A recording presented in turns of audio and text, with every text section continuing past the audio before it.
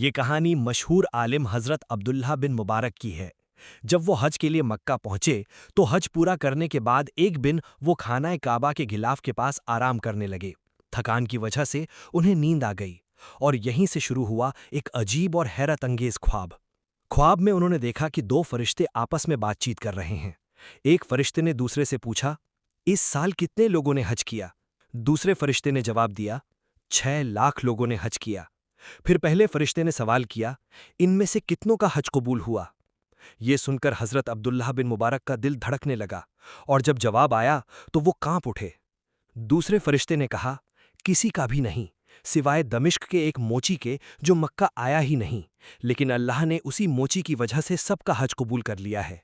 जैसे ही उनकी आंख खुली वो बेचैन हो गए। उन्होंने तुरंत फैसला किया कि उन्हें उस मोची को ढूंढना ही होगा। वो लंबा सफर तय करते हुए दमिश्क पहुंचे। कई दिनों की तलाश के बाद आखिरकार उन्हें वो मोची मिल गया, जिसका नाम था अली बिन मुवफ़्फ़क़। उन्होंने उससे पूछा, ए खुशनसीब इंसान, तुमने ऐसा कौन सा नेक काम किया है कि तुम मक्का आए बिना ही सबसे बड़े हाजी बन गए?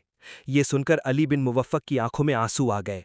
उसने कहा, मैंने 30 साल तक मेहनत करके हज के लिए 300 दिरहम जमा किए थे। मेरी पूरी तैयारी हो चुकी थी, बस निकलने ही वाला था। लेकिन एक दिन मेरी गर्भवती पत्नी को पड़ोसी के घर से पकते हुए मांस की खुशबू आई। उसने मुझसे थोड़ा सा मांस लाने को कहा। मैं पड़ोसी के घर गया, लेकिन वहां का मंजर देखकर मेरा दिल टूट गया। पड़ोसी रो रहा था। उसने कहा, ए अली, ये गोश्त तुम्हारे लिए हराम है, लेकिन हमारे लिए हलाल है, क्योंकि मेरे बच्चे 7 दिनों से भूखे हैं। मैं उनकी मौत नहीं देख सकता था, इसीलिए मजबूरी में एक मरे हुए गधे का मांस पकाया है। ये सुनकर अली बिन मुवफ़्फ़क़ का दिल कांप उठा। वो तुरंत अपने घर लौटे, हज के लिए जमा किए हुए पूरे 300 दिरहम उठाए और अपने पड़ोसी को दे दिए, ताकि वो अपने बच्चों के लिए हलाल खाना ला सके। ये कहानी सुनकर हजरत अब्दुल्लाह बिन मुबारक रो पड़े। उन्होंने अली बिन मुवफ़्फ़क़ को गले लगाया और कहा, तुम्हारा हज मक्का में नहीं, तुम्हारे पड़ोसी के दरवाजे पर ही कबूल हो गया।